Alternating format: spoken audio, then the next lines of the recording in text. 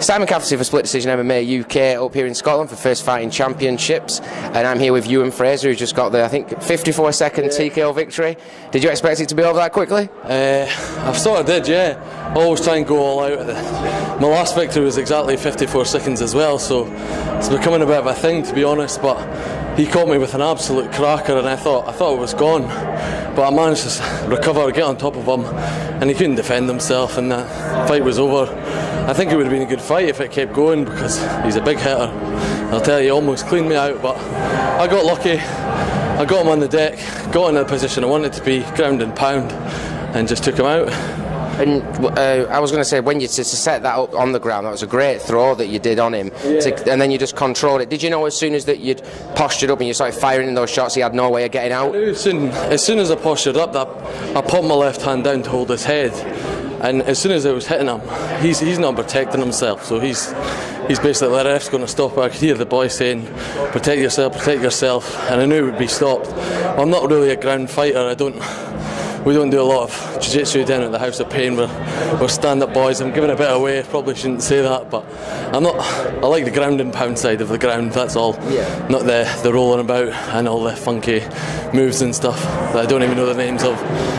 Oh, I sometimes struggle to keep up with all the different names that they've got for him, but like you said, stand-up fight, and you know, showing like great stand-up, because like you said, he caught you, but then you just fired back at him. It was like would you say you were too quick for him? I don't know if I was too quick. I think he was I was more offensive than him. I was being more aggressive. If he'd come at me after he caught me, I was at no man's land. That's why I sort of took a step back, got my head back together, and then came at him. I always like to be the aggressor. I'll always come straight out. I don't normally touch gloves, actually. I actually touch gloves. He's a really nice guy. I spoke to him before the fight, so we're probably going to have a beer after this. Or beer too many, probably. No, I bet it'll be a good beer to remember. A beer like in celebration, like I said, 2:54 seconds. Would you say that's your lucky number now? Yeah, and also I was 11th on the card, which is actually my lucky number, so I was sort of feeling good about the fight there. I've got my coach. He's been past 8 weeks. I've not had a job, and I was starting college, so we're cut down from 118 kilos to 102, and in the past I had a bit of a mishap halfway through. I went to Amsterdam, as you do, had a bit of fun, put a bit of weight on, came back, was ill for a week. I actually weighed in on Thursday night at 112 kilos. He had me in the sauna all day Friday. I managed to lose 10 kilos in a day, which is probably not healthy, ridiculous.